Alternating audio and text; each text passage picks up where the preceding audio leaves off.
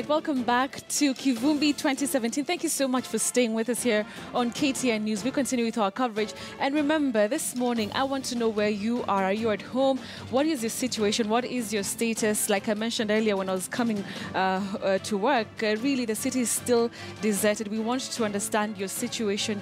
Share your experience. Hashtag is Kivumbi 2017 or at Betty M. Kialo. Quite a number of people already just telling me about really their situation. Mutuku Fred, you're saying in Eastleigh South after elections, Kenya, streets are empty and shops don't have some basic commodities. Thank you for your comment. Also, we have somebody here by the name of Gutu Dixon. You say, stuck in the house, waiting for Tuju, Chebukati and Nasser to return to the TVs, defending their hardline positions that they have already taken now. Hadasa, you say, we are working from home. All right. Samuel Njoroge, you say, been lying low like an envelope. However, need immigration to resume, need my passport to renew my travel back to work. Scoundrel, you say, at work, interesting name, in Mombasa. All right. Thank you very much. Robert, you say, I'm at work. Who else? Well, I'm here. Let's get the country moving. Macau Dave, hey Betty, I'm an Uber driver and business has been worse since yesterday. People are not moving. I am in Donholm. Keep your comments coming. Let's look at some more here. Wahome, you say tunangoja watu wakubali matokeo. Okay, Frank, you say tunangoja kujua nani ni president. All right, thank you very much for your comments. Quite a number of them coming. Keep them coming. Hashtag Kivumbi 2017 or at Betty M. Kialo. Tell me where you are and your status. We'd like to hear from you. All right, let me now introduce my guest here in studio. And I'll start with the lady, the lovely Lady Joy, Brenda Mdivo. She is a lawyer and a political analyst. Thank you for your time. At least you've made it here. Yes. He says it's actually like working. We also have Daniel Juma, who's the Executive Director at Global Peace Kenya. Thank you for your time, Daniel. Thank you. All right, so let's just start from what I'm asking Kenyans out there. People came out in large numbers to vote, but seems like everybody disappeared. Where is everybody, and why are we seeing this desertion in quite a number of towns and cities across the country, Daniel? Yeah, ideally, Kenyans have done a great job. They actually did their civic duty. They came out in large numbers and voted. They were told, go vote, then go back home. They did just that. Now, it's like Kenyans are again being punished for voting. You know, the economy is slow. Yes. You know, guys cannot even open their shops. Right. You know, things are not working. All right. And I think IBC should have just done their job. Look, we spent 50 billion shillings in these elections. A lot of money, you know. We should have been given a system that is simple. The Constitution says the electoral system should be simple, verifiable, you know. If we invested this money in a system that would have given us these results in real time, we would have known who is the president by yesterday. Yeah. This charade of that is going on now at Bomas, of who did what, please spare us that. We have done our job. So you're saying spare Kenyans all spare that. Just do your job. Just do your job. Joy, do you share the same sentiments? And what is your feeling about Kenyans having this wait-and-see attitude? The Constitution gives the Commission 7 days within which to make the announcement. And there's a reason why they were given 7 days, is because these elections, the way we conduct elections, it's partly manual and partly electronic. Right. So the electronic numbers have been coming in, and that is what we've been seeing as provisional results. Yes. But until they have the physical hard copies to be able to verify the information according to what has already come in electronically, then they cannot make the declaration. Because what we have now are provisional announcements, but the final declaration has to be done by the Commission after they have collated all the hard copies and they have all the information handy. All right. Now, that is the process that takes time.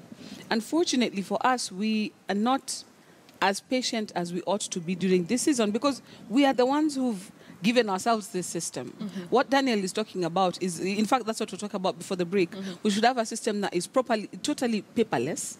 I mean, if we can send hundreds of thousands of shillings from the comfort of our phones, surely even those scheme systems should be such that I select not This is using my a tick or an candidate. X, Yes. but my finger now is the one that says Yes. this is president, this is... So the press results it are and- tallied Yes. real time. And it's faster that way. But where we are right now, if you understand the electoral system, if what I got from the civic education that we got before is that when you finish voting in your stream, then the presiding officer has to count those votes. Then they fill that Form 34A. Then that's what they send, Send it. with the Kim's Nini via what they are calling SMS. But after doing that, they have to go to the tallying center, where they're all collated. And at the constituency tallying center, that is where the PO there, the presiding officer, fills all those Form those 34As yeah. and generates the Form 34B. B. Then that's what they bring, and those are the 290 we are waiting for. Yeah, Yesterday, I we're think we had 30. Right now we're at Then- 212, so we're not doing badly. We're not doing too badly. Then now once they have collected all those 290, Yes. and now the one in charge of the presidential tallying at Bomas now generates the Form 34C, C. which is what they will use to declare. So it's Wasn't also it to make this electoral process as free, as fair, as credible, the as verifiable. clear, I think as it was the verifiable as possible? because you've got several layers Yes. to sort of prove that the numbers tally. All But right. as Daniel All right. says, if we have a foolproof system that can be real time, it would help with this 7-day waiting period. Inaumiza matumbo. Inaumiza matumbo. Yeah. All right, I want us to go to, we'll get to, NASA and IBC and Jubilee and what they have to say, but we're now waiting for a presser by Thabo Mbeki, but we've already heard what he has to say about these elections from him to John Kerry, the former U.S. Secretary, saying that, where they sit, the process was all that it should be.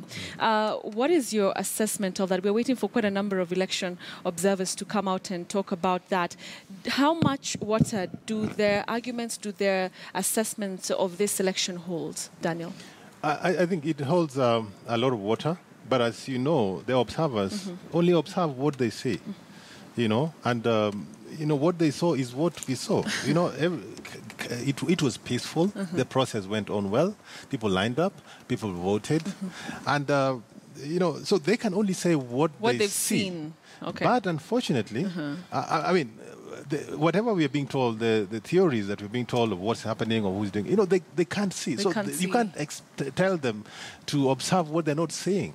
So they will only observe and release, their statements according to what they observed.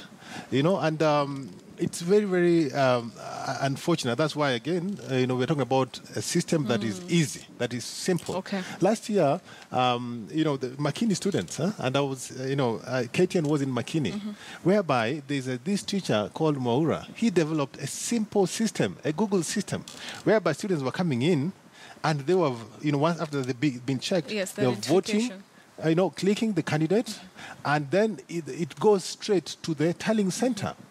This is a simple thing. Even Kenyans can design simple electoral systems that can help us. I don't think we need to spend billions in complicated systems. Look at now. We are now waiting for Form 34 Ward, Form 34 Ward. Yes. This, we are reverting to the manual system, which we want to go to move away from. And right. we have a CS of ICT, Joe Mucheru, who is a former Google executive.